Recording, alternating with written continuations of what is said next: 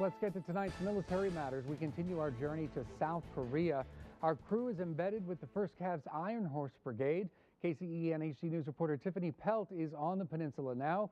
She has a look at their arrival. After a full day of traveling, we are finally here with the Iron Horse Brigade. Now, we flew in with about 300 of those soldiers, but when we left Fort Hood this morning, it was different than the other deployments. There was someone missing. It was a room full of hundreds of soldiers, but it felt empty. I don't know, it just felt weird leaving without hugging her. Her yellow bow, her kind smile, and her warm embrace. She's been a big part of my deploying. It wasn't there this time. That was the first thing I noticed when I was in the waiting area. I was like, oh, the hug lady's not here anymore. And it's kind of a sad moment. For years, Elizabeth Laird, known as the Hug Lady, had become a constant to these soldiers. They see this familiar woman, they're like, okay, now I'm good to go. She was there to send them off and there when they returned. It leaves you with a good feeling, just something as simple as a hug. And for the first time since her passing, A blow to the Fort Hood community for sure. that void was felt throughout the Iron Horse Brigade. I mean, she's there for everything. She's there for the NTC rotations, for the Germany rotations, for Korea. So to go there and not have her there, it definitely felt like there was something missing. But these troops were not forgotten. And standing by the door with a yellow jacket and a hug was someone else to help fill that emptiness. I thought that was a really nice idea. I wasn't sure who she was, but I think it did lift people's spirits. It will never be the same. Her little shoes are too big to be filled. But what she started is something that will continue to live on. Just nice to have somebody there to show you that appreciation and that affection before you leave. We will be here all week with our Iron Horse Brigade, bringing you their personal stories and what life is like here on the peninsula in South Korea. Tiffany Pelt, KCEN HD News. Now to tonight's Military Matters, where we take a look at why our troops are deployed to South Korea. The Iron Horse Brigade makes up the bulk of the ground forces on the peninsula. Our military reporter Tiffany Pelt is there now with more on how these troops are preparing for that mission. Here in South Korea, there's always the threat of the unpredictable north. So one of the main sayings here on the peninsula is our troops have to be ready to fight tonight. And this morning, our Iron Horse Brigade got a little taste of that. Started at 02 this morning. With little sleep, Jumped out of bed this morning. these troops grabbed their gear and quickly headed out as if North Korea had invaded or attacked. Something we're doing to make sure we're ready to assume the mission here on the peninsula. And with a tense and unstable North Korea less than 15 miles from these troops, it's a realistic scenario that could play out for our Iron Horse Brigade. We constantly are honing our skills so that if we transition to crisis, we'll be ready. Commanding General of the 2nd Infantry Division, General Ted Martin, says they live by the motto, fight tonight, training and preparing as if North Korea could attack at any moment. Day to day, we maintain a very high state of combat readiness. That is life in the Republic of Korea. Tensions have grown over the last few months, with North Korea testing their nuclear capabilities and launching a rocket. And the troops are at a heightened state of readiness. I'm very confident that they are ready to execute their wartime missions should they be called upon to do that. Now, while these troops are just beginning their 9 months on the peninsula, they will continue to train hard to stand guard, and whether it's to evacuate cities or serve as the first line of defense, these troops are ready to fight tonight. And they're doing us proud right now, so they're ready to go. And tomorrow, Iron Horse will officially take over the mission here in South Korea as the Blackjacks, another 1st Cav unit, heads home to Fort Hood. I'm in South Korea. Tiffany Pelt, KCEN HD News. As we continue our journey to South Korea, we have a special story tonight. The Korean War is often called the Forgotten War, but for those veterans, it was very real. Tonight, KCEN HD News reporter Tiffany Pelt joins us from Korea with a look at how younger generations are keeping their legacies alive. It's been more than 60 years since the Korean War, but for the Iron Horse Brigade, they are now continuing what those veterans started. And for some, this mission is more personal.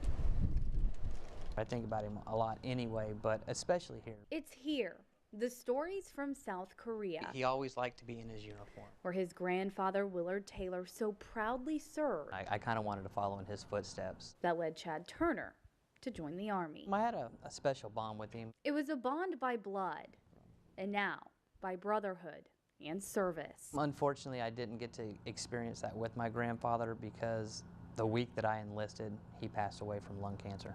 How difficult was that for you? It was hard. It was hard because that was the reason I joined was, to share that with him. But even with his passing, I know he's watching, so I know he's proud and he gets to see what I've done. his connection grew stronger with each deployment. Seeing the gunfire, hearing the explosions, the uncertainty of, am I going home?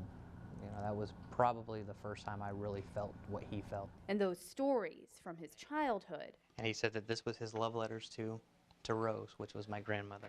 the ones that were always happy, never about the pain and sacrifice, A couple of his stories we probably shouldn't say on the air, but that's just Grandpa. he now understands why. The experiences that he shared with us, and I felt it. It was like, okay, I understand what he's talking about, how he was more nervous about his family than he was about what was going on right here. And after 19 years of service, on his fourth and final deployment, Chad is where it all began. I get to end my career where my grandfather started his career. As he prepares to retire, his last mission will be protecting the very peninsula his grandfather promised to protect. We kind of did a side-by-side. A proud moment he cannot hide.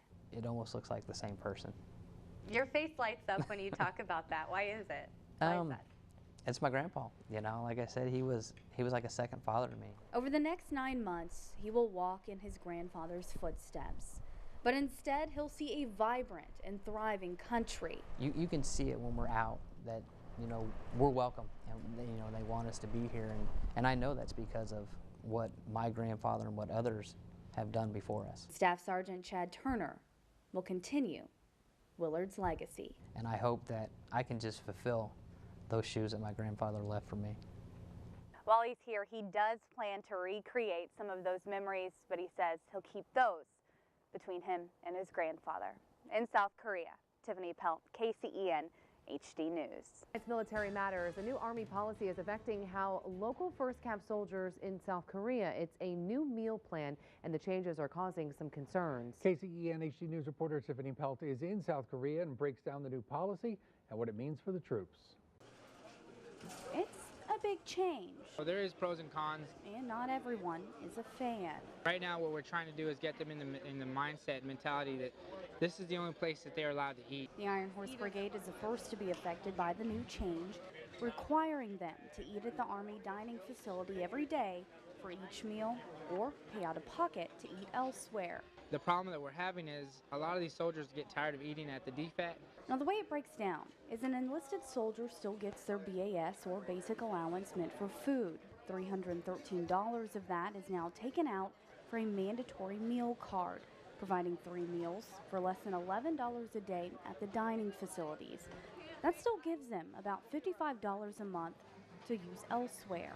Now, for the officers whose BAS is less than the cost of the meal card, they actually pay about $60 out of pocket for the new policy. We were a little upset on that part that we were going to be losing meals or losing our BAS and not making every meal. I do feel that the only good thing about it is our soldiers are getting good nutrition if we do allow them to make every single meal. And while some don't like the changes, it's meant to provide healthier, more nutritious meals for the troops and for the Iron Horse cooks. And that's our job. It's allowing them to become even better at their jobs. And, our soldiers are proud of what they do. And, it's challenging for us, and it's a good time for us, actually. We can display what it is that we do on a daily basis and actually feed the soldiers.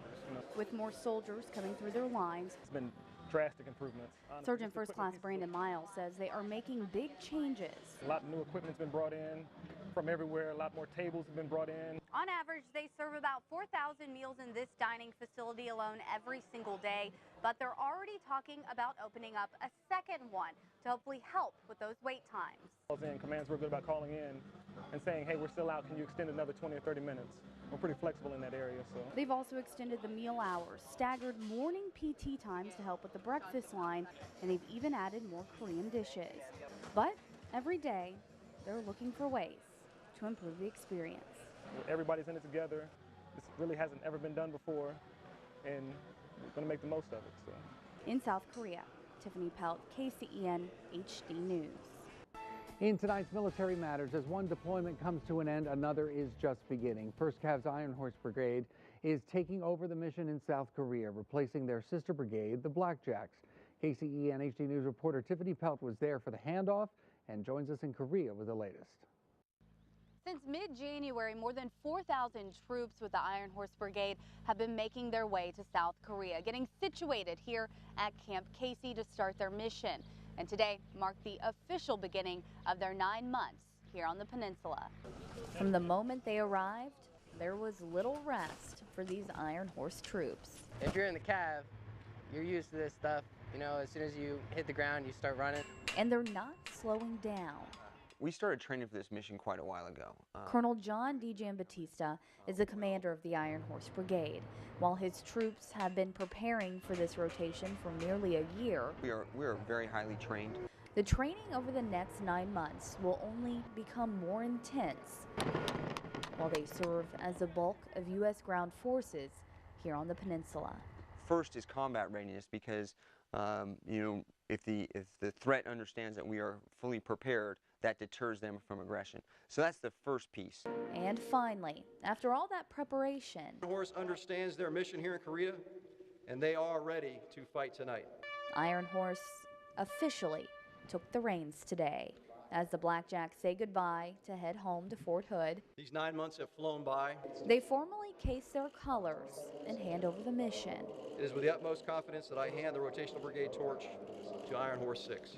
And as those flags are covered, Iron Horse releases theirs to fly over South Korea, a show of dedication to the alliance.